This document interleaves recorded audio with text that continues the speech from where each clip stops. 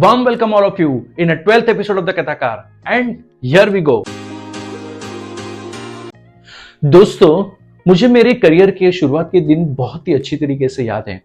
उन दिनों में development activities, supplier development activities, localisation activities में पार्टिसिपेट करता था, इन्वॉल्व होता था और थोड़े ही टाइम में मैंने उस जॉब की, उस रिस्पॉन्सिबिलिटी की निटी-ग्रिटी को समझ लिया था और बाद में मैं वो सारी एक्टिविटी इंडिविजुअली हैंडल करता था। जब मैं वो काम करता था उस समय पे मेरे खुद के काम के अलावा मैं कई बार सप्लायर के साथ डिटेल डिस्कशन में उतर जाता था कि जो उनका काम था, जैसे कि कौन सा टूल यूज़ किया जाए, कितनी फीड रखी जाए, कितनी स्पीड रखी जाए, किस तरह से फिक्सचर बनाया जाए, उन सब कामों में इन्वॉल्व होता रहता था।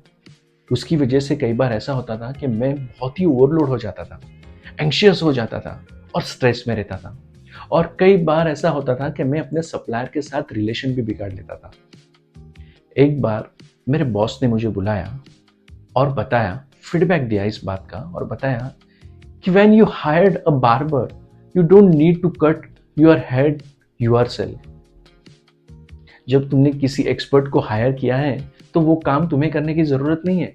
एज ए लीडर तुम्हारा काम है समराइज करना, बात बताना, डायरेक्शन देना, गाइडलाइन देना, ना कि उनके जॉब को करना। That was a I opening for me and I stop those activities and focus on my core work.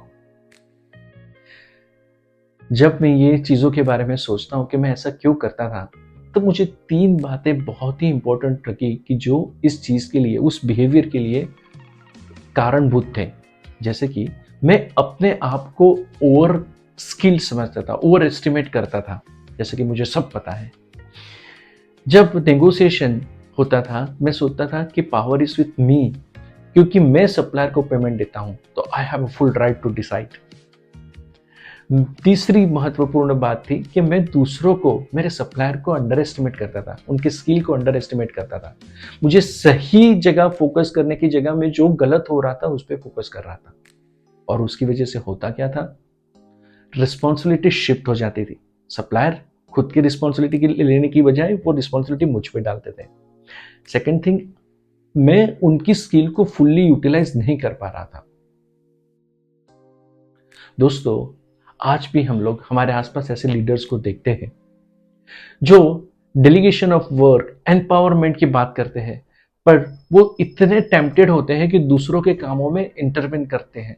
उनको ऐसा लगता है उनको सब कुछ पता है और उसकी वजह से होता क्या है, वो ओवरलोड हो जाते हैं। लोग रिस्पॉन्सिबिलिटी लेना बंद कर देते हैं और वो अपने लोगों की full capacity, full skills utilise नहीं कर पाते। अगर आप ऐसे लोगों के साथ कहीं 5 स्टार रेस्टोरेंट में चले जाते हैं तो वो वेटर को बुलाकर उसको उस फूड की, वो डिश की रेसिपी के बारे में, नमक कम ज़्यादा के बारे में, मसाले कम ज़्यादा डालने के बारे में बात करते हैं। अगर आप उनके साथ कहीं टूर पे, फॉरेन टूर पे चले जाएं और वो शायद 2-3 बार पहले वो कंट्री में चले गए होते तो वो बताते हैं कि अरे ये रूट मत लो, वो रूट लो। ड्राइवर को बोलते हैं कि ये रूट गलत है, वो रूट गलत है। ड्राइवर बोलता है कि वो रूट हाईली डेंस है, काफ़ी ट्रैफिक है, पर वो नहीं सुनते और एट द एंड होता क्या है, वो मीटिंग में 4-5 घंटे लेट पहुंचते हैं।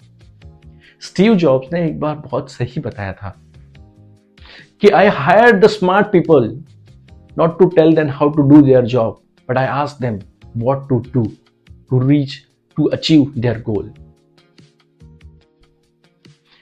दोस्तों, ऐसे लोग जो होते हैं, जो दूसरों के काम में इंटरवेन करते हैं, वो हाईली एंग्शियस होते हैं, ओवरलोड होते हैं, वो खुद के काम पर फोकस नहीं कर पाते, दूसरों के साथ रिलेशन बिगाड़ लेते हैं और अपने लोगों का फुल पोटेंशियल यूज नहीं कर पाते हैं।